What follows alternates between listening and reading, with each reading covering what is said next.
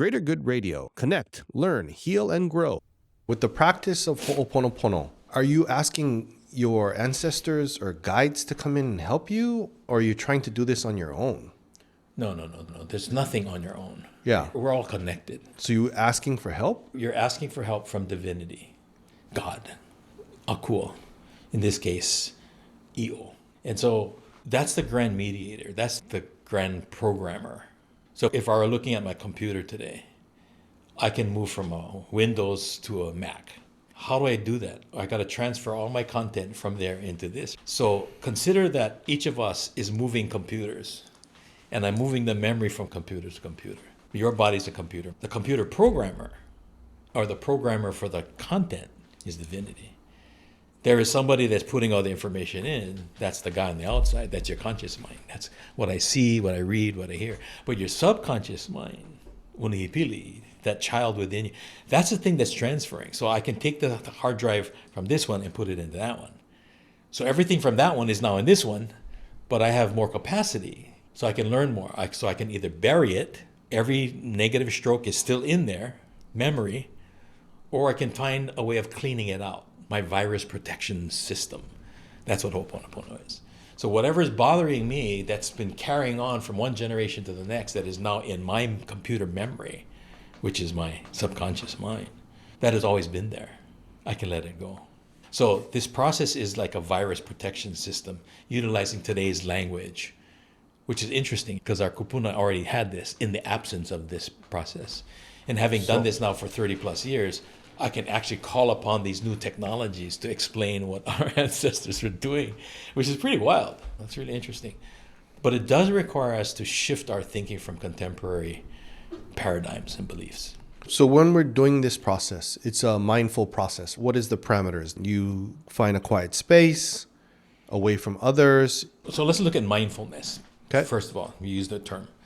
So mindful is acknowledging a full, complete mind. Your spiritual mind, your conscious mind, and your subconscious mind. 3 minds or 3 selves in the single. When those 3 minds, elements come together, that's when you're pono. So when that happens, you're now mindful, complete, whole. And when you're mindful and complete and whole, you're now connected to source. Inspiration, inspiritu, stuff comes, enlightenment, all that stuff happens. And when you're in alignment with that source, you're also in line with all things that are also in alignment, which is why life moves so freely at that point. It's when one of those pieces are out, mentally, physically, in disorder, you're now out of order. You are out of your mind. You're no longer mindful, you're mindless. You're less one of those minds. So you begin to experience physical, mental, spiritual disconnection. So how do you reconnect? You do this process of Ho'oponopono. When we do it in a group, it's extremely powerful. When you do it by yourself, that's powerful too, because we're all connected anyway. My mind, body, and spirit are connected. And as that connection, I'm connected to you.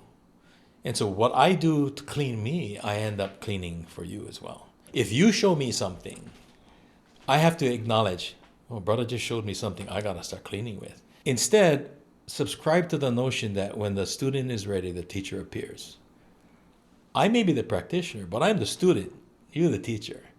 The teacher is the question. The teacher is the problem. So when you bring your knee in, I look at myself. What is it about the knee? What it represents? How do I start cleaning that up? Because you're showing me what I've got to start working on. So once I clean that up internally, next week, no more knees, only shoulders. So what am I carrying from my ancestors? What's that thing that continues to be a burden that's bothering? Because that's why your shoulder is showing up. So mahalo to you for showing me that. This is the humility of it. It's not something you do to other people. It's something you do internally. You can do it anywhere, on a bus, on a plane, on the sidewalk. Most people will find comfort by going to a quiet place so that they can connect. But once you establish a relationship with divinity, and you know, and divinity knows you, then it's a constant conversation. And when you recognize that what I just done was not right, or this person is just showing me something that I got to clean up with, because it's like the 5th person I've seen this in. What's going on? That's the humility to be able to say, this isn't about them. This is really about me. Thank you for showing me that. As much as I disliked it, once I can clean it up, you can go do whatever you want after that. And if you and I want to have a relationship after, that's a conscious decision on our part to say, this was fun. Let's maintain it. But if not, thanks for showing me the negativity, and I can start moving on. Who am I to tell you what you should be doing in your life? Other than to say, thank you for showing me what I'm doing in my life that needs to be aligned. And it's instant. When you get into the protocol and you understand, it's not about, I gotta go retreat and go do my Ho'oponopono. You can do it instantly. And I've had opportunity to do it numerous times. I can't begin to tell you the value it brings. And I've seen other people experience it to the point where lifelong challenges overnight shift simply because of subscribing to that practice. If you resonate with Greater Good Radio, please join our community at www.greatergoodradio.com, where you can get access to exclusive content and offerings. Hope to see you soon.